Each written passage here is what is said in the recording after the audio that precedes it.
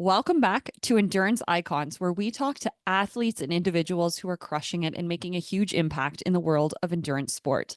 Today, I am so excited about this interview. We have Natasha van der Merwe, a professional triathlete, coach, and the founder of NVDM Coaching, where she helps athletes of all different levels reach their performance goals.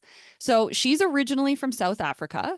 She transitioned from a career in tennis to triathlon and has since built an impressive record of top finishes in races across the globe. She is a leader in raw nutrition and she is passionate about empowering others through coaching. And she's cultivated a thriving community of athletes driven by her expertise and dedication. Natasha, I am so excited to have you on the show. Thank you so much for having me. I feel like this is such a long time coming I because know. I first started listening to you guys when you interviewed Alice Alberts a long time ago.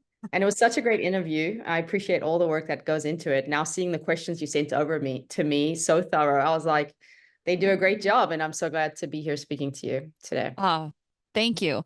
Well, and it's funny because we've posted about you on Endurance Icons before, and sometimes we put it out to the audience of like, who do you want us to talk to? And your name has kept bubbling up of saying like, oh, she'd be great on the show. So people want to hear from you. So it is a long time coming.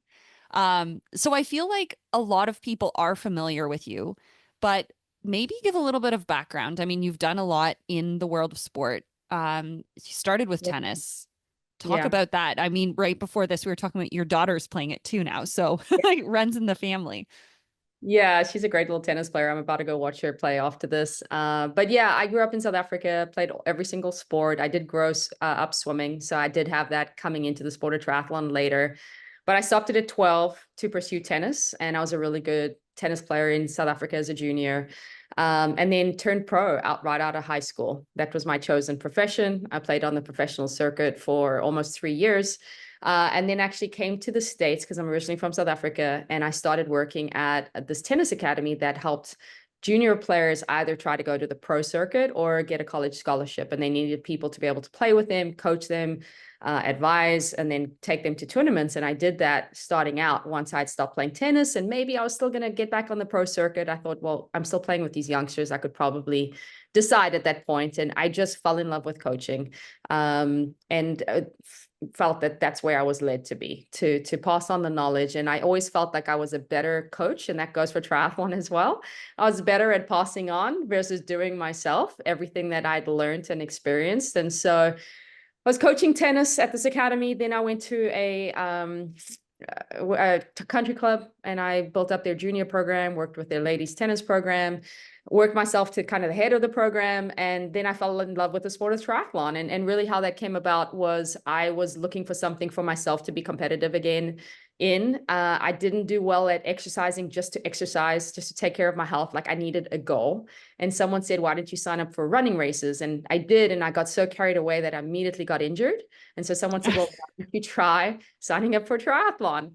And that seemed to be the great balance between the three sports. And then I could bring back my swimming. And yeah, I fell in love with it from the beginning. I mean, my first triathlon I did was a sprint race and I won it. And then did another 2 races and I won it. And so immediately after that, try to race as much as I can, to be honest. Got a little sponsorship by a local bike shop here in town. I then got a coach. And then a few months later, I got my pro card. And I said, okay, that's what I want to do. And so I literally stopped coaching tennis and immediately said, okay, I want to pursue this and let me figure out how I can support myself in doing that. So that was my entry into the sport. I could probably keep going if you wanted. What is the crossovers that you have seen between tennis and triathlon?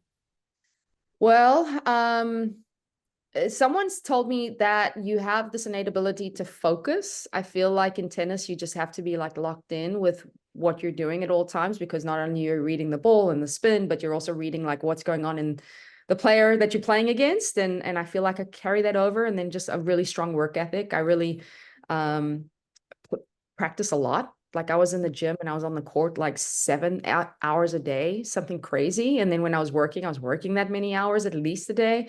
But I did have strength. I was in the gym a lot. My legs are really strong, as you guys have seen. And I feel like that strength did carry over to the bike really well. I immediately became a good cyclist. And then as a tennis player, we were doing a lot of fitness. So I would run frequently 5K a day, but we were doing a lot of sprints, a lot of plyometrics, and all of that did benefit me. I think my first half marathon ever, almost no training, and I ran a 1:31.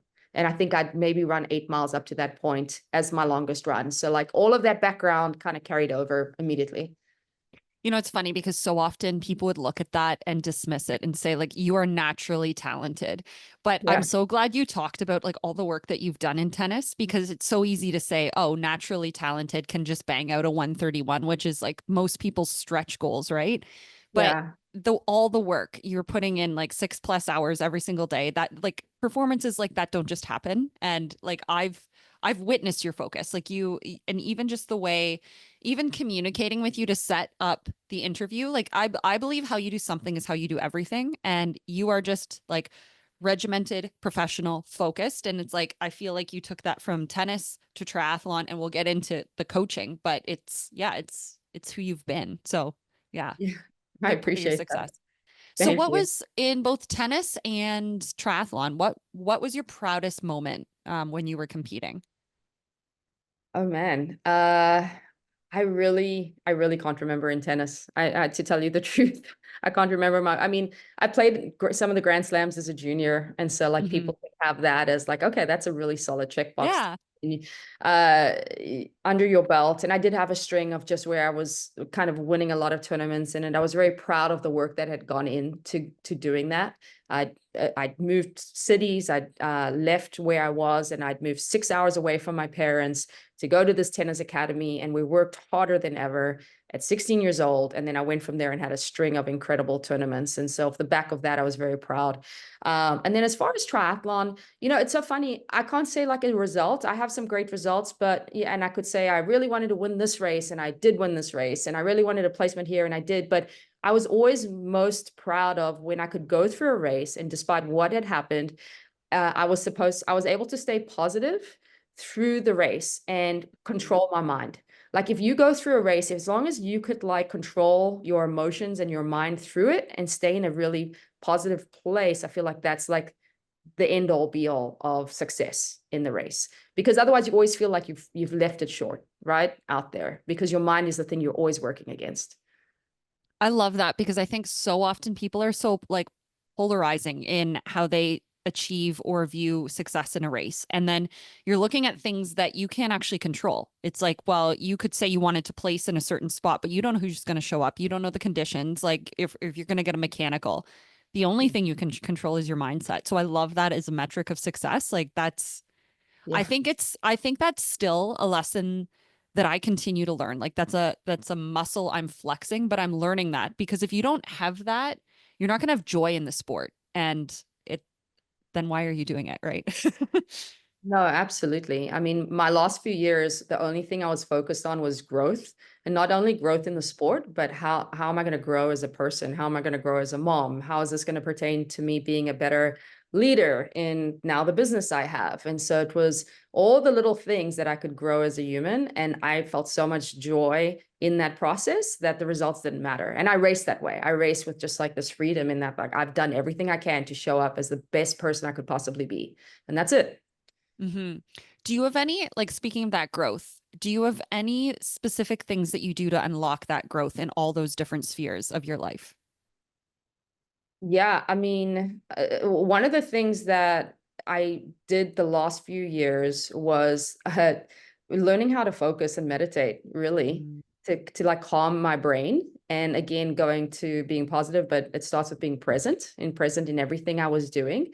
But no matter what came, I kind of came at it as I was able to look at it and respond to anything versus being reactive to what was going on around me. And that's your emotions as well. You could feel something and be reactive to it. And then it kind of is a cascade of events after that, or you can like sit with it and then take your time to work through it and then take the appropriate response. And it all kind of started honestly with like learning how to meditate and focus. Mm. And then in that, it's just like really strong in journaling, like writing down what is it I want. really having an understanding of what do I need to do to get there, and then having a process in where I go back and I assess, well, what did I do well? What did I do well? And what am I going to focus on next week to be better? Mhm. So continuing to just be aware, I think was really important.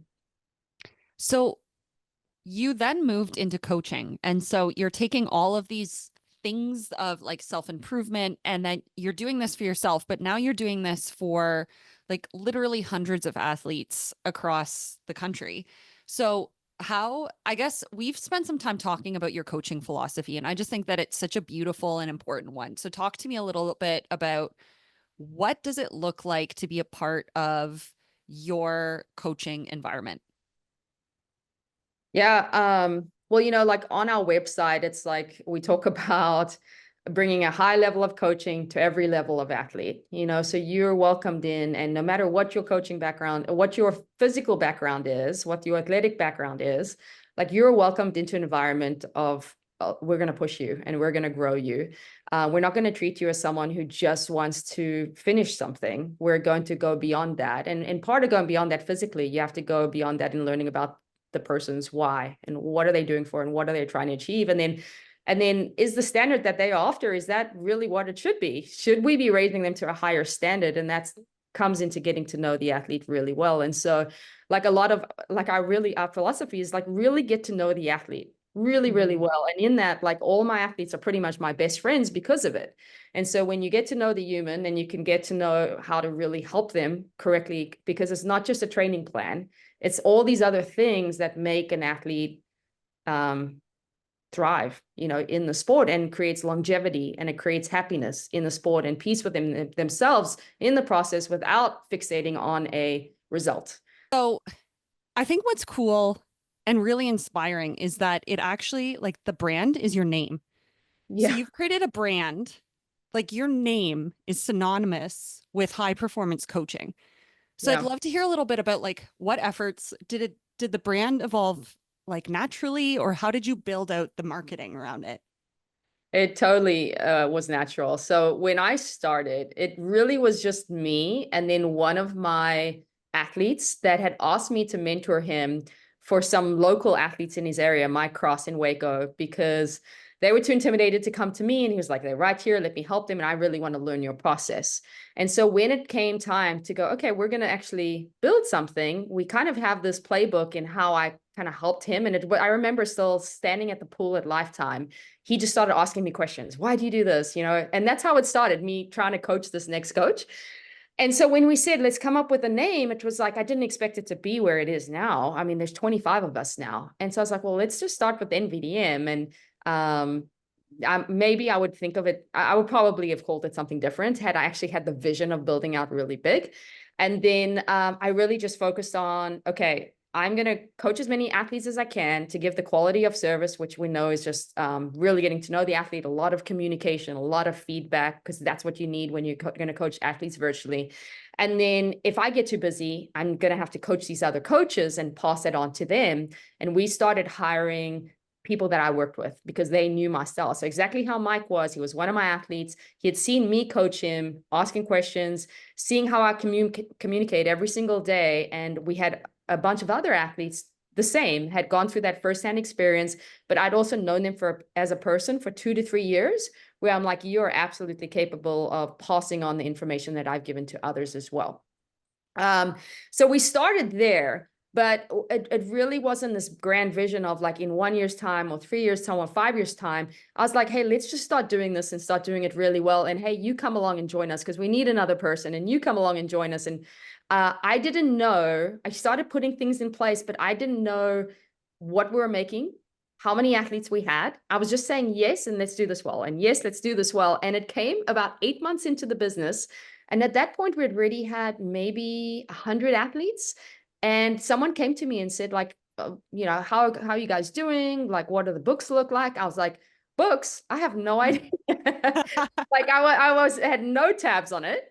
And then I was like, okay, I better hire a business coach at that point. And he was a business coach. He said, let me help you structure. And he was like, okay, you need to hire someone to figure out the books. I said, well, I don't want to do that yet. I feel like I need to make the money first to be able to hire people in place. So let me do that myself, which was a great process. So he helped me figure out a spreadsheet of taking account of everything I was doing. And then he helped me sit down quarter 1 goals, quarter 2 goals, about figuring out some sort of standard operating procedure so that what we were doing could be duplicated and scaled. And then all of a sudden we had this team come aboard that all my coaches were like, hey, you don't need to be doing that anymore. Let me help you. I'll take that off your plate, and I'm better than you at that.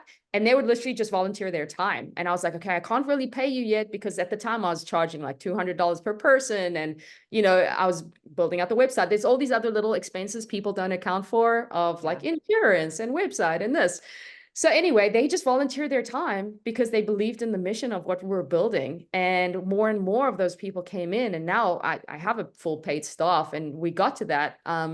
But anyway, nothing was planned, just kind of went with it. And we built it as we went. And we figured out, okay, we need this in place and that in place. I always felt ill-equipped. I always felt like I had imposter syndrome in what I was doing, but I was just trying my best every day of like, okay, what do we need now? And so I guess my message to other coaches out there would be, don't let being perfect stop you from doing anything. I'm 100% had no idea what I was doing, and I still did it anyway. And luckily had a really great team of people that came alongside me to help me along the way. Well, I think you have so many of the key materials to make something like explode in success. Like going back earlier, you were saying like you have that focus. So you knew where you were wanting to go. You had this drive to keep getting better.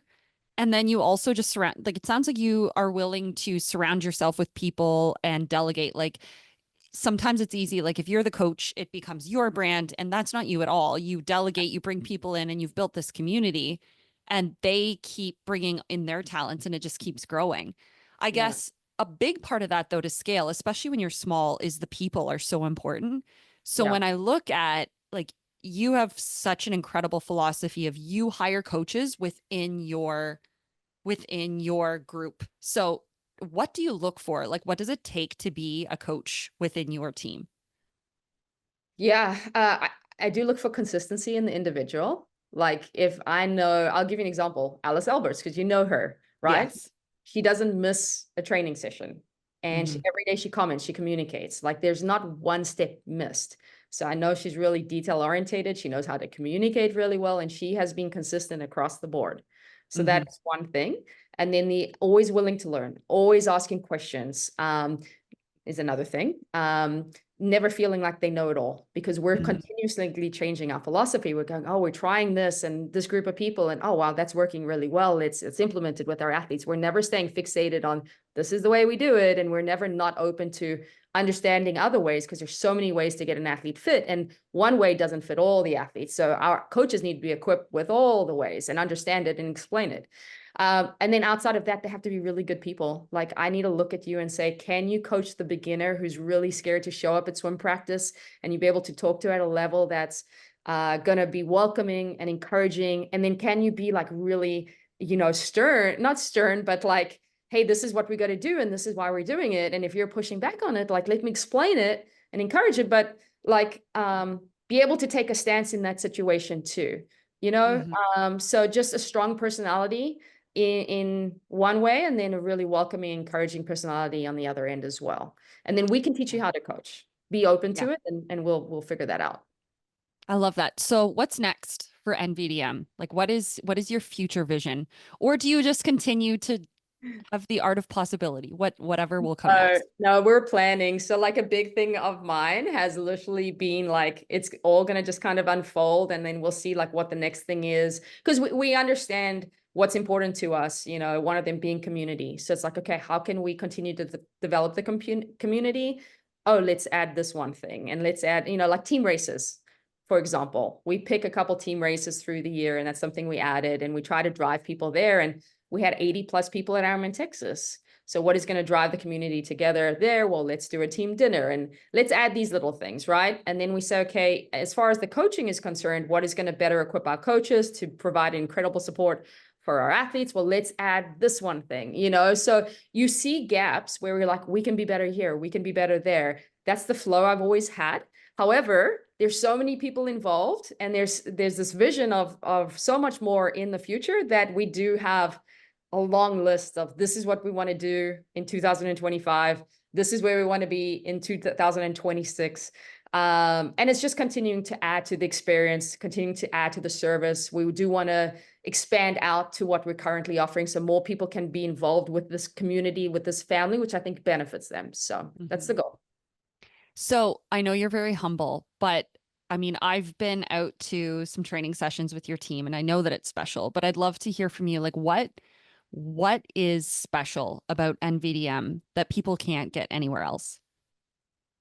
I feel like you guys have it as well. You can kind of tell, and it does start from the top. And you guys set a great example, but it's one of those things of being welcoming and including all athletes, no matter what level they are, um, to be within the community. And so again, it starts at the workouts. How are you welcoming and supporting them in those workouts?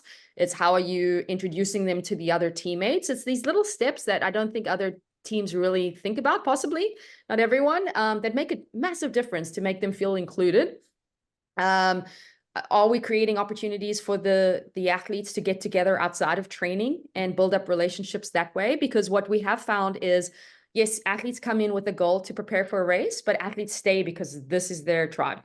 So how can you create this community? And it's all those little things, giving them space and opportunity to build relationship. And I feel like we do a really good job with that. I would say from my perspective, like just an outsider perspective coming in, that this is one of the specialness about your community is, I mean, you're right, it does come from the top. So you hosted a dinner and you could just see that it was just like your house is a revolving door of people that were comfortable to be there. It's like a safe place to land. You ate together, you asked interesting questions, and it was just you were like a family. And I think like to that point, triathlon brings in all these high achieving people, but they stay because then you get to be surrounded by, if you're the average of the 5 people you spend time around, like, don't you want it to be these incredible people? And Yeah. then giving a community of full of people like that. So it's Yeah. very special what you've built. And you also, it was interesting to me that you brought in imposter syndrome earlier Yeah. because you also, I know probably because you're testing and learning and constantly growing and then just saying yes to opportunities. It doesn't feel strategic, but from the outside in, it looks like you've been very strategic in terms of the partnerships that you've brought in, as well as the like adjacent, like I'm talking about raw nutrition. So you've started working with them and it's now almost become synonymous with your brand. So Yeah. how did that come about? And talk a little bit about raw for someone who's never heard about it before. Yeah. So Raw Nutrition is a very large supplement company, most known in the bodybuilding strength sport, because Chris Bumstead, he's the now 6-time Mr. Olympia, and he's very well known and very famous, and people follow him. He's from Canada, so I'm sure he's very famous for you guys, being Canadian. So yeah, that's who Raw Nutrition is. And so it's mostly protein powders and pre-workouts and creatine. But then I started coaching the owners. So there's multiple owners. Two of the owners that were driving it from the very beginning, it's Dom Iacobone and Matt Jensen. And they kind of had this point last year where Dom just had a small son. Matt has 2 young sons, and it was all about health and longevity. And so they wanted to move away from lifting and move more into something that was heart healthy. And someone said, hey, why don't you do triathlon? And they had 3 people recommend you definitely need to reach out to me. And they each called me a day apart to talk to them. And we got along so well. And I started working from them from basically scratch, like hadn't really done any of it at all. And we got to this roadblock where I couldn't help them as well virtually swim coaching. And I literally said, hey, let me just fly out there and let me just help you in person for like 3 days. And I went and spent 3 days with them. It was last year, I want to say July, August. And we just got along so well. And at the end of it, we're driving to the airport and Matt Jensen said, man, we need to create our own endurance line because right now you're telling me to take this product, but oh, you need to add some citrate salt to it. And oh, it's not enough carbs. So you need to add this and take this EAA. And he was like, we have a supplement company. Why don't we create our own? And you can formulate it exactly the way you want it for your athletes, what you've been recommending. And so that's what we did. So he gave me the opportunity. I started with them officially in January of this year. And we literally came in and said, okay, this is what we want in there, what exact carbs we want in there, what sodium we wanted in there, what the split was going to be. Then we went rounds of tasting different flavors. It was really exciting, actually. And what we would do with the samples that came in is we would then send it. We have about 100 and something athletes here in Austin, and we would send them samples and say, okay, we want you to drive up the carbs because that's what we tell our athletes to do. See if you can handle 100 to 120 grams of carbs with this product. And so they went and they tested it. And like first round, man, there was like a scratchy feeling on the back of their throat from the flavor. We weren't quite sure what that was. So we're like, okay, well, that doesn't work. Second round, it kept on clumping. So like we had all this testing done within the team. Everyone felt super cool being a part of it. And I think it was the fourth round. We're like, that's it. We nailed the mixability of it. We hit the ratios, didn't upset their stomach. They could take 120 grams of carbs from it, and it tasted well. It didn't really hurt their throat at the end of it. They never got flavor fatigue per se. And we came out with raw fuel. And then from there, we said, okay, we want to create a high sodium electrolyte replacement. There weren't that many on the market at that level. So we came out, did the same process with that, exactly how we wanted it, with a different sodium mix than what's on the market. And we're very proud of that. And now we're coming out with gels, and that should hit. We're actually going to have samples out in Kona. We're honestly like really excited about this gel. We think it's going to do really well, and it should hit the market next year. Our biggest snag, we found the flavor, we found the consistency, but the biggest snag we've had is actually the packaging. And you'll be so surprised in how the packaging rules here in the States versus the UK and in all that, it's just different in how they can do so. And so I don't know if you know, but most gel companies, their packaging comes out of Europe. And so we're having to do a UK distributor in order for it to get the right size to hold the contents that we want. So that's been a process that's delayed everything. So that's where we're at there. So how many grams of carbs would your gels be for next year? 30 grams of carbs. And so we wanted to make the math easy because like for runners example, we'll encourage a lot of our runners to take like 90 grams of carbs per hour if they can. And so that's every 20 minutes you take your gel. So it's going to be 30 grams of carbs. And then we going to have 100 milligrams of sodium. We did try to actually run up the sodium a little bit higher to 200 milligrams of sodium so that athletes could pretty much hit their sodium and their carbohydrate needs with a little bit of supplementation, but they could hit the needs of one gel. Because most gels out there, it's you get your carbs, but maybe it's 0 grams of sodium or 40 grams of sodium. And so you're going to have to supplement elsewhere. So we're trying to run up the sodium, but it was changing the flavor and also the texture. So right now we're right at 100, and then we're going to try to fix that and bring that up as we go. As you know, people in triathlon love to tinker. Like, I think we get drawn to the sport because there's so many different variables, and it feels like you've almost bring like the fun of that into the nutrition. Like it's so cool. And it also, there's that trust because it's like, it's being tested by triathletes. It's being created by a triathlete with a strong brand. And I think, you know, when you're saying it doesn't hurt the back of your teeth or back of your mouth, the other thing that I find is really, I don't know the science of what causes this, but I call them teeth sweaters. Like after an Ironman, if you take something like, and it's just like you're covered in sugar, and I find that you don't get that with raw. Like it feels like it's very clean, and just to be able to take that level of carbs can be the difference of whether you bonk later in the race or not. So yeah. Like it is a great product. Thank you. Yeah, the other thing we haven't spoken about is it's the most cost-effective product on the market. You know, we recognize as athletes that these products are so crazy expensive. And if you go out for a bike ride, it's like $25 to fuel your bike ride if you're taking essentially sugar and sodium. And so we were like, well, how can we make this more cost effective? And we literally said, okay, we're going to use the same carton that these other companies are using, but we're just going to fill it to the brim. And that's how it's going to work out cheaper for them. And so now you can go out and fuel your bike ride for 4 or 5 hours of $5 worth of product instead of $25 worth of product, because we did that. That is a big difference. Like, so filling it to the brim, what were some ways that you made it a viable business model, but also gave, like, was it you just cut margins for yourself, or what are you doing to make sure that it's cost effective?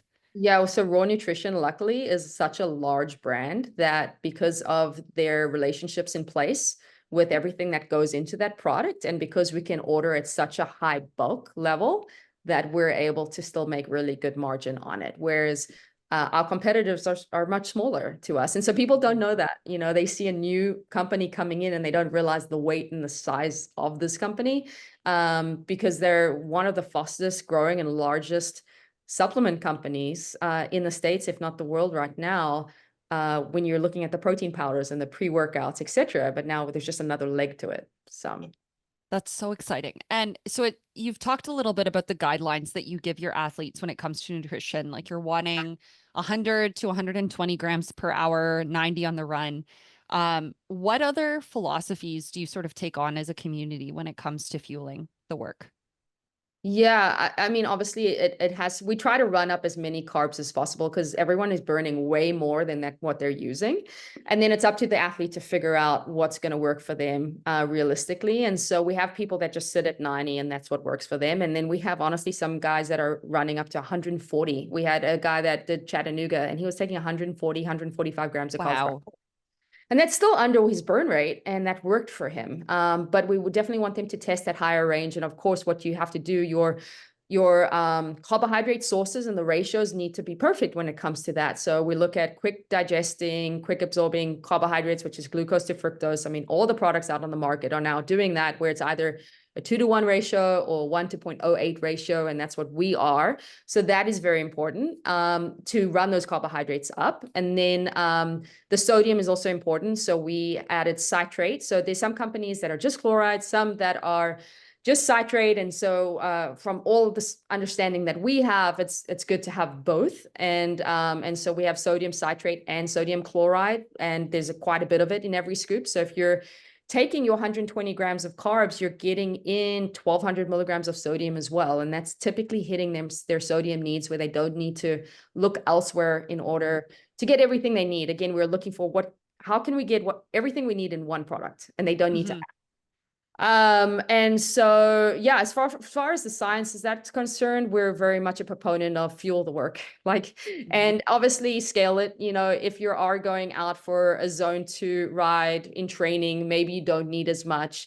But if you are going to be racing or doing race pace intervals or long rides or harder intervals, you need to prepare the gut for what you're going to take exposed to it on race day. And that's what we're doing with our athletes. And we just feel with that, they'll feel better during their workouts, they're recovering quicker, and they're ready for the next day's work, rather than trying to cut corners and minimize the carbs here for this reason. And we don't see as much benefit in just fueling the work and feeling strong every single workout. No, it makes perfect sense.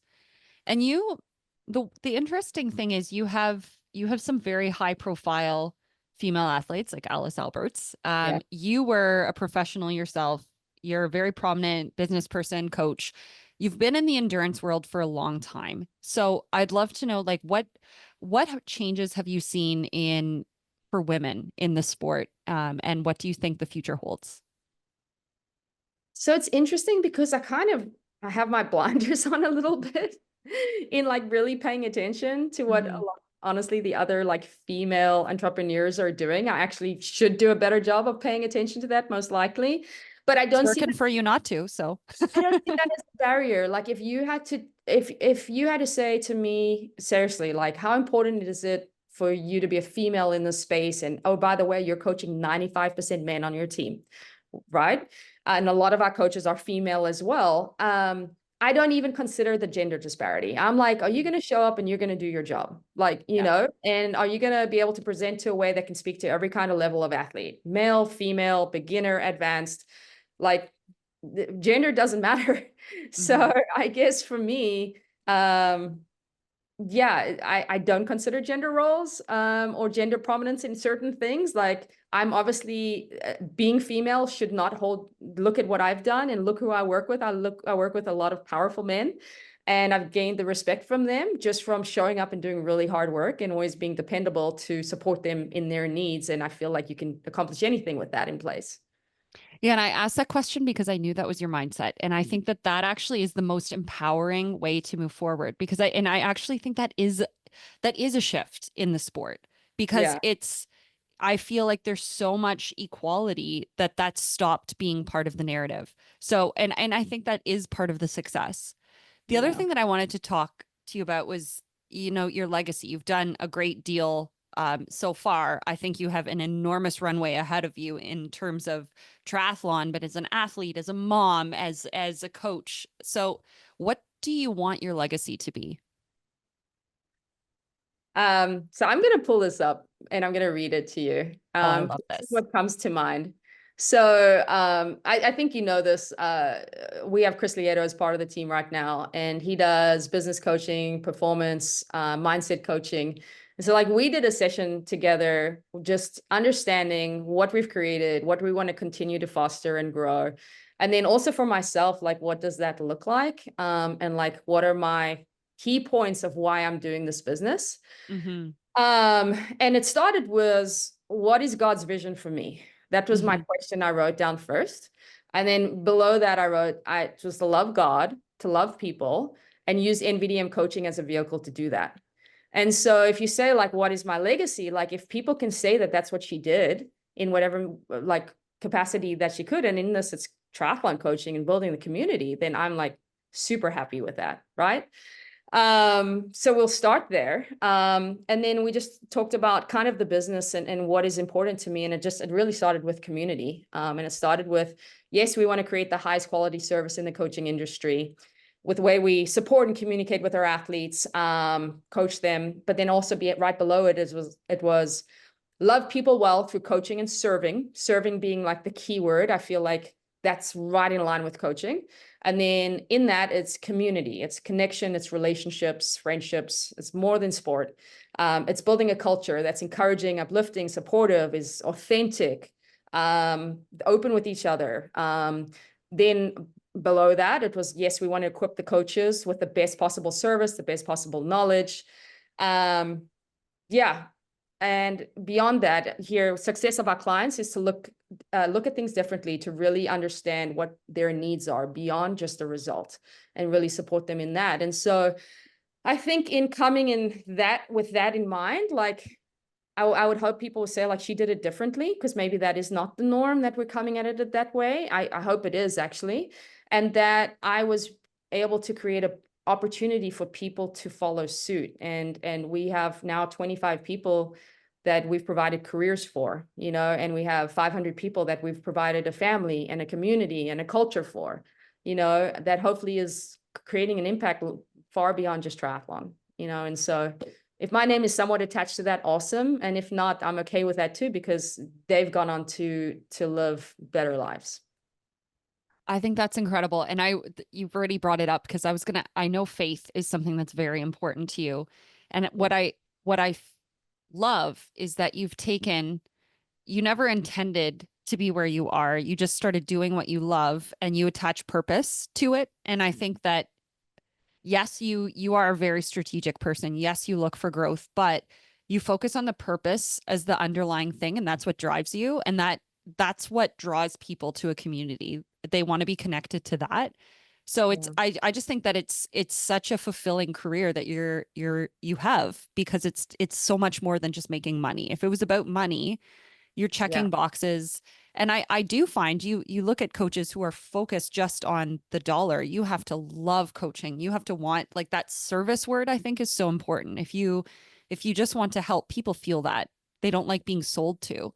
And the cool thing is, I mean, I feel like your growth is very organic. It's just it's word of mouth. You share incredible, if people don't follow you, they should, because you share all these swim videos. I mean, that's my weakest discipline of the three. So I'm always like, before I go to the pool, I'm like, what can I work on? But no, it's just that service comes through. So thanks for sharing that. That's very inspiring. Yeah. No, my pleasure. I appreciate it. So what's next for you? I know, do you have any big goals and projects? I know you got the gels coming out next year, but anything that you can share with us? Yeah. I mean, you can, there's so much. I would say that my list of the things that we have to work through, I think I told you earlier on, there's so much that we can do. There's so much that we want to do. So now the question is, what is the most important thing to do? Because I think we can be swept up in like, we need to do all these things, and really, no, we just need to focus on this one thing and do it really, really well. So now it's really, I haven't even decided yet, because it's such a busy time for us right now with travel. Like, we're going to Kona next week, and then we have the running event for Raw. We're going to Daytona. We're taking athletes out to that. And so I was like, okay, I've already planned the steps I want to take. But as far as saying, okay, now we're going to act upon it, because ideally you want to make a decision and act upon it as quickly as possible. But I actually am very thoughtful to make sure it is the right decision. But it really stems from like, how can we further deepen our community? Is what's most important in NVDM coaching, is making sure everyone is staying connected, and where have we maybe dropped the ball here or here, or maybe we be better, right?